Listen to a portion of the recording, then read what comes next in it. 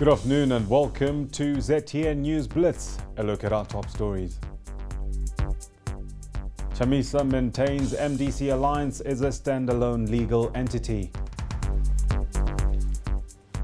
No return in sight for combis in Zimbabwe.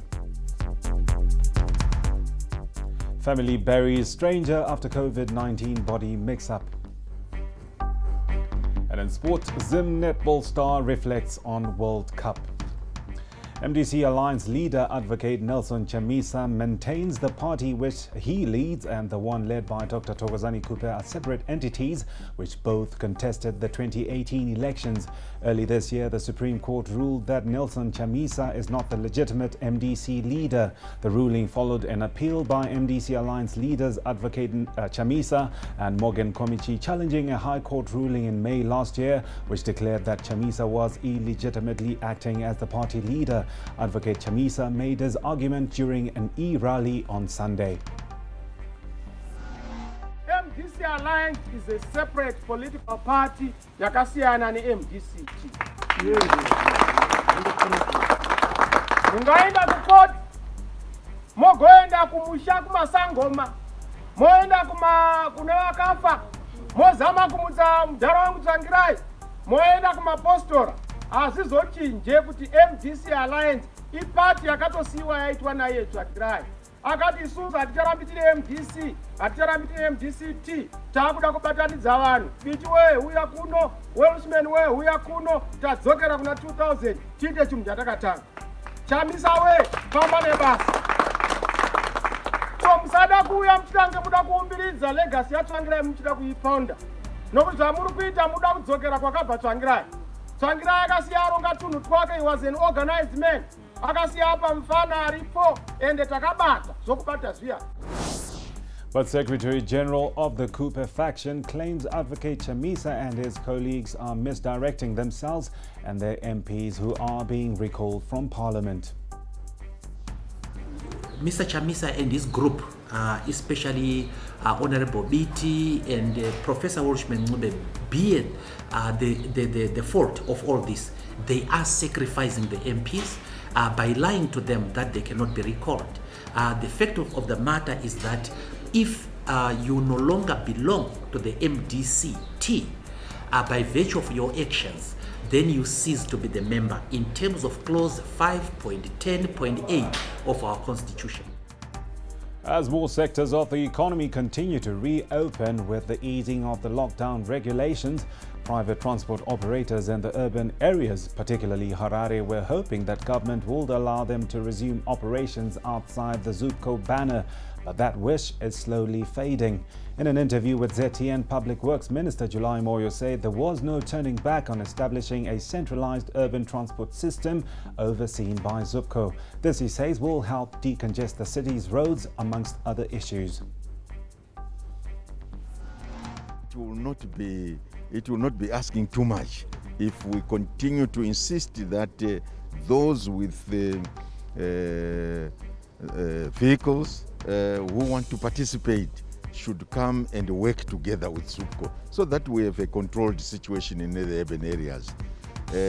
You see the pandemics that we keep on getting, typhoid, cholera, diarrhea, and this COVID-19 pandemic, it needs organization, it needs systems, and we cannot go back to the chaos that was now occurring in urban areas. Asked if the government would increase its daily payment to private transport operators from the current 1,000 Zim dollars to lure more players, Minister Moyo said that was not something they should worry about.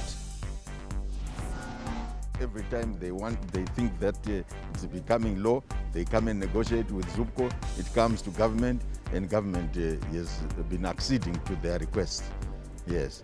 So encourage people to say we want them to remain in business, but that business must be regulated. That's all we are saying. That business must now be regulated so that we bring sanity to the urban scene. You see, where you don't have a sanity and the combis are stopping anywhere, that means even vending.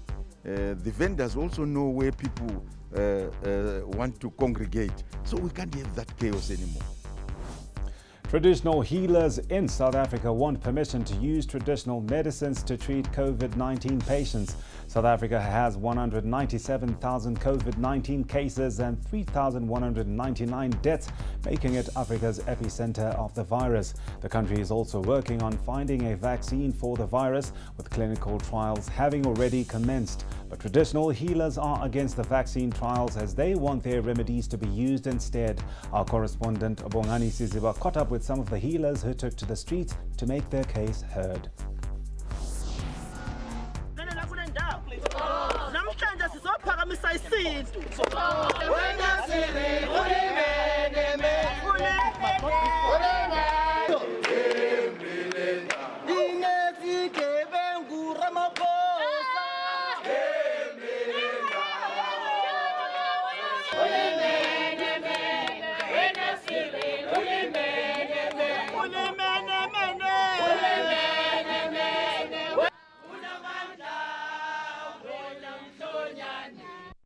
Ikhambe ngakhula ngalo azake ngikhule injection beyingekho babu Ramaphosa wenza iphutha elikhulu ukuthi usivalele ngaphandle kunokuthi ngabe uyasupporta ukuthi sisebenzise umhlonyane uzovuma ama-China basilethele ivaccine asikhulanga ngevaccine komhlonyane phambili komhlonyane phambili phansi ngevaccine phansi ngevaccine phansi.